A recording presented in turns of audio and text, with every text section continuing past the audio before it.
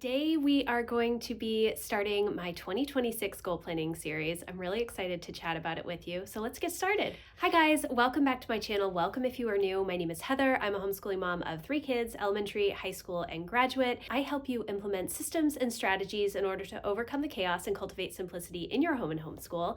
Today is going to be part 1 of a 3-part goal planning series that I have been doing here on YouTube for many years now and over at my website, Townsend House, since 2011. So I'm really excited to get into this goal planning process with you. Today, I am going to be talking all about reflection as well as what my theme or word of the year may be. And that's kind of how we're going to start this goal planning process. I do use the PowerSheets goal planner for my prep work, as well as the tending list and the planning pages for the quarterly refreshes and all of that stuff. If you don't know what the Power Sheets are, they are a goal planner. It is a monthly goal planner. It's really useful to help you hone in on what is most important as you start your goal setting. But before I even start using my Power Sheets, I do a pretty large reflection on my own. And so I'm going to share the tools that I'm using. The first tools that I have are actually all of the resources from last year. So that is my goals from last year. These are my yearly goals. This is my goals notebook from last year. This is just a little A5 Leuchtturm notebook. Because I love reflection, because I love journaling, I need a separate notebook to write down a lot of stuff relating to goals. And then also my 2025 Power Sheets. For this reflection, I will also grab some of my journals, specifically my 1 line a day journal, which is either in my Erin Condren Life Planner or it is in my Common Planner. In just one of the blank pages in the back. I've gone between a couple of planners this year, so I will have both of those. And then the other tools that I will be using are my new goals notebook, which is actually my personal planner for 2026, and this is the Common Planner by Sterling Inc. There are 367 blank notes pages in the back, which I think are intended as daily planning pages. However, I am combining a lot of the extra notebooks that I have into this one planner for 2026. So I am doing all of my reflection and prep work in here. I also have the quick start guide. This was released from Cultivate What Matters several years ago. It's just a bunch of ideas for action items for different goals and action steps that you can take within different life categories. They have community, family, finances, health and wellness, home and spaces, faith, work and learning, and personal growth as the life areas with different ideas.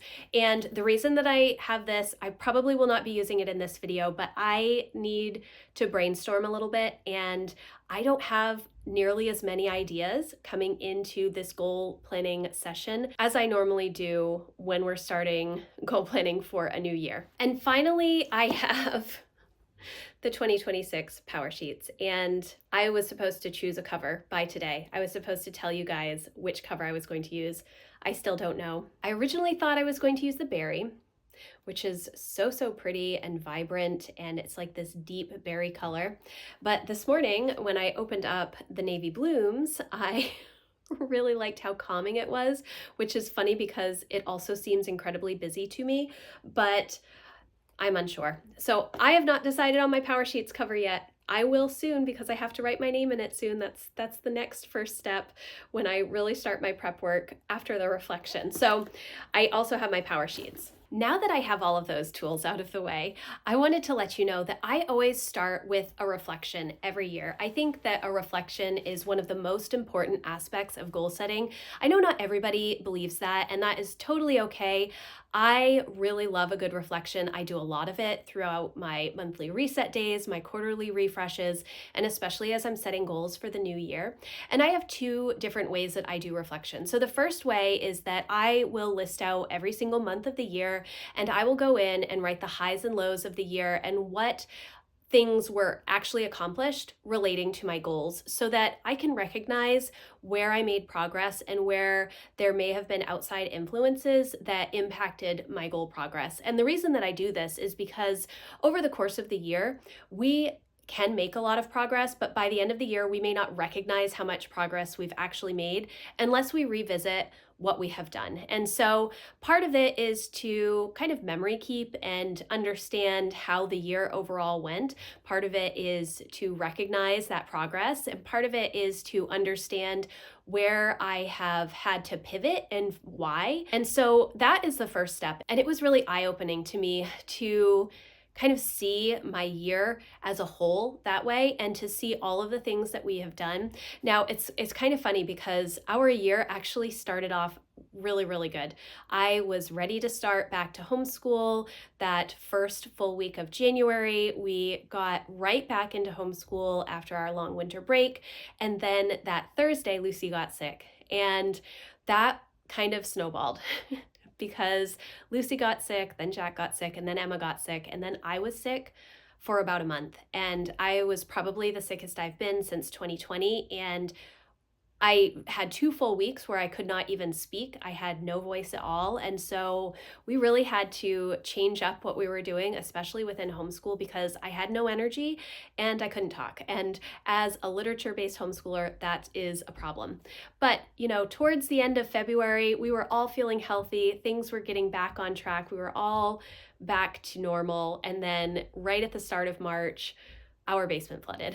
And that kind of wiped out most of March. And then April and May, we had doctor's appointments every other day. Lucy had to have multiple oral surgeries, and there were so many things going on, which led right up into June when we had Emma's graduation. And then I just kind of hit a breaking point, and I took the entire summer to rest. We ended up starting school later in August instead of in July when we normally do. Our fall was busy with college visits and all kinds of stuff. And writing all of that down, it made me recognize where I had to pivot in some of my goals, but also taking account of what I was able to accomplish within all of that chaos was pretty incredible to me. And it made me feel so much better about how my goals actually went. So I really feel good about that reflection and taking the time to just go month by month. Now, there is a place in the back of the power sheets where you can kind of summarize each month, the highs and the lows. There's a little section back there. And there's also, I think, a section where you can say, your favorites of the year. So I would definitely take advantage of that throughout the year. If you are not a normal journaler, just recognize the wins that you have had each month in your goals. It's really important to do that so that when you get to the end of the year, you can see all that you actually did accomplish. And then the second part of my reflection is to take my overarching annual goals, to write them down and to kind of summarize how they started, what was my original intent with the goal, what action steps were completed, what projects were completed, where is there more improvement needed, and what do I want to carry forward into the new year. I always set big life direction goals. I'm not somebody who sets finish line goals for yearly goals. Now, within my yearly goals, I do have quarterly goals, and then I have monthly projects and action steps and habits that I need to work on to finish those quarterly goals.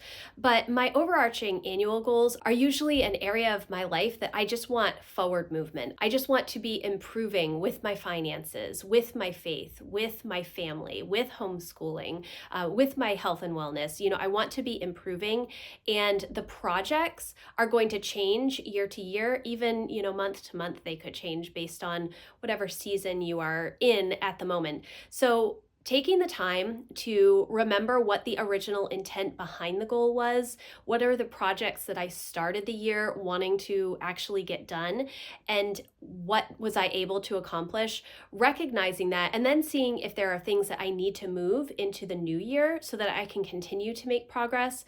That is the next step that I work on. The final part of my reflection is looking at my word of the year and understanding whether or not that word actually contributed to the overall feeling of my year, and if it was the feeling that I was hoping for. Most goal planners that I have seen will have you think about a word of the year after you've already set your goals. But I always tend to go into goal setting with some sort of an idea of a feeling that I would like in the coming year. And I set my goals through the lens of that theme or word. My word of the year last year was create. And originally, the intent behind that was I wanted to actually create more. I wanted to get back into the handcrafts that I used to do when my kids were little, things like knitting, things like scrapbooking, making little videos of the kids, taking more pictures. I wanted to also create more memories and do more with journaling and memory keeping. And I was thinking a lot about creating legacy. I think that going into the year, I had a lot of really good intentions around that word, but as we started going through the start of the year and I was so sick, and then we moved into such an incredibly busy season, the other word that had been at the back of my mind for 2025 was slow. And I had used slow as a word of the year back in 2020, which we all know how that turned out. It was slow, but not in the ways that I wanted it to be. And so I started to understand that I really wanted to take a step back. I wanted to rest more. I wanted to focus on rest, something that I have not done for years and years and years, partly because for so long, I've had little kids in my home, and now they are so much older and I have a lot more space. I can sleep in a little bit, although my body does not recognize that I can sleep in. And so that's a challenge. So as I got into the summer and decided to take that long season of rest, I knew that I wanted to start practicing slow again. And I did a whole bunch of series over in my membership community, which if you're interested, I will leave that linked. And it was something that came to the center of my mind. So I started the year with the word create, but it kind of fell flat for me after I got sick. It just wasn't the word that I needed it to be. Even though I used create in all of my goal wording for 2025, it wasn't the right word. And so instead, I kind of landed on slow. I was still trying to create. Once I had my season of rest, it did give me a little bit more space. I started knitting again. I was getting into a good rhythm for taking care of pictures and getting them off my phone and printing them out, and putting little clips together of my kids. Each month, I was able to finish our video of going to Florida back in 2024. And so I was really pleased about that. So I did do a lot of creating in 2025, but it wasn't as much as I had expected, and that is totally okay. So those are the three areas that I reflect on. I know that it may seem like a lot, and if you are like me and you do a good amount of reflection, this is the point to kind of just take a break and take a breath. And this is not something that I do all in one sitting. It's something that I do over many days because I do want to take the time to think about the different things. I want to refer back to my 1 line a day journal and just see what were the things that stood out to me, what were the positives throughout the months, so that I can take account of those in my goals reflection. And then also realizing whether or not I had to pivot on my goals. And I did that a lot this year. I pivoted a lot. So having those big overarching yearly goals is pretty helpful for me because I'm still able to make progress. It may not be the same progress that I expected at the beginning of the year, but it is still progress, and recognizing that is very important to me because we're always working on stuff no matter what's going on, and we want to recognize when we are still making progress. After you have done all of that reflection and kind of looked back at your year as a whole, and you saw all of the highs and lows and where you made progress and maybe where you didn't make as much progress as you wanted, and maybe where you've pivoted away from something that you thought you wanted at the beginning of the year, but no longer aligns with your why, now it's time to start to think about a word or theme of the year. And again, I know that a lot of goal planners will have you do this at the end, and you can. And in fact, I don't fully set my word until after I've done my prep work. Going into this year, I want to try and do a little bit more dreaming. I did a video about this recently. I tend to limit my goals before I even set them, before I even start prep work, because I already know how much time I'm going to have, or I already know that we're not going to have enough financially to do something. understanding my resources is something that I'm really good about, and recognizing when I'm going to need other people to help get me to a certain place. I understand that not everybody works on my timeline. So I would automatically limit myself when I am brainstorming goals. And I'm trying not to do that this year. And I know that sometimes when you think of a theme or word of the year, that can be self limiting before you even start. But I look at it more as a positive going into goal setting. What is the feeling that I want from the coming year? And I've said this a lot recently. I have felt such a draw to reduce the amount of technology that I am accessing every day. And that's really challenging because number one, I do YouTube and I have a website and I have done that since 2011. I have a lot of habits surrounding technology that are very much ingrained in me at this point. And I'm not quite sure how to break up with some of those things, but I have been feeling analog as this word that is drawing me in.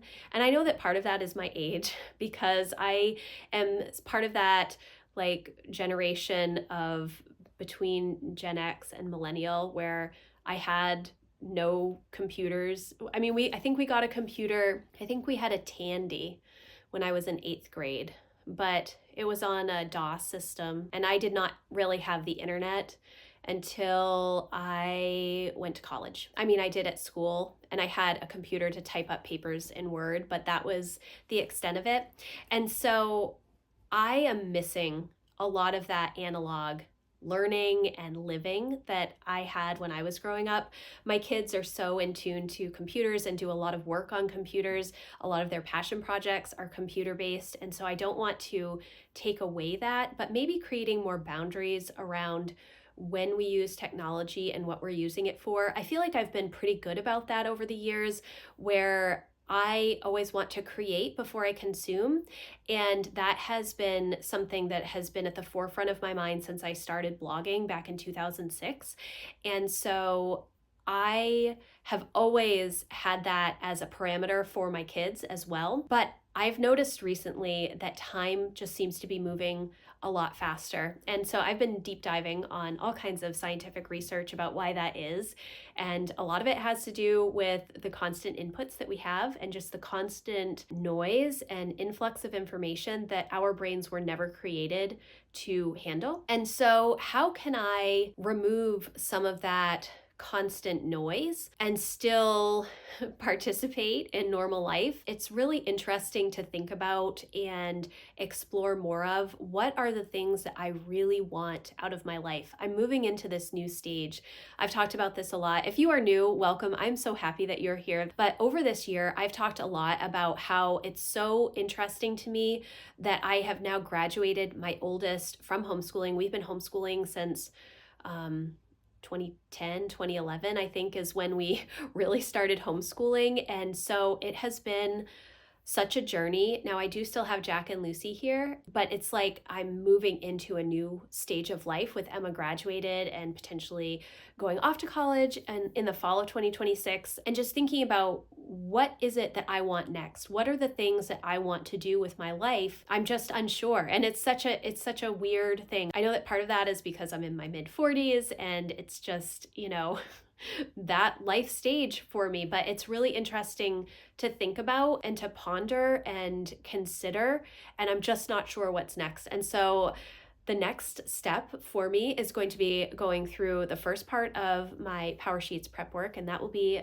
coming on next Friday. I just finished my goals reflection and my yearly reflection this morning, and so I'm definitely doing this in real time with you. I'm excited about what is ahead, but I don't know what's ahead. I don't know what are my dreams at this point. It's very interesting to move into kind of a new life stage and be parenting adult children. So I'm excited about what's coming up, and I hope that you will join me for it. Yesterday in my membership community, we actually started our goal focused live streams for December, and it is a time where we chat about goals and we have some time to work on our goals if we would like, or you can work on any sort of project or hobby that you would like to work on during that time. But I think that it's a lot of fun to be able to do that in community. And so I would love for you to come join us if you are interested in that.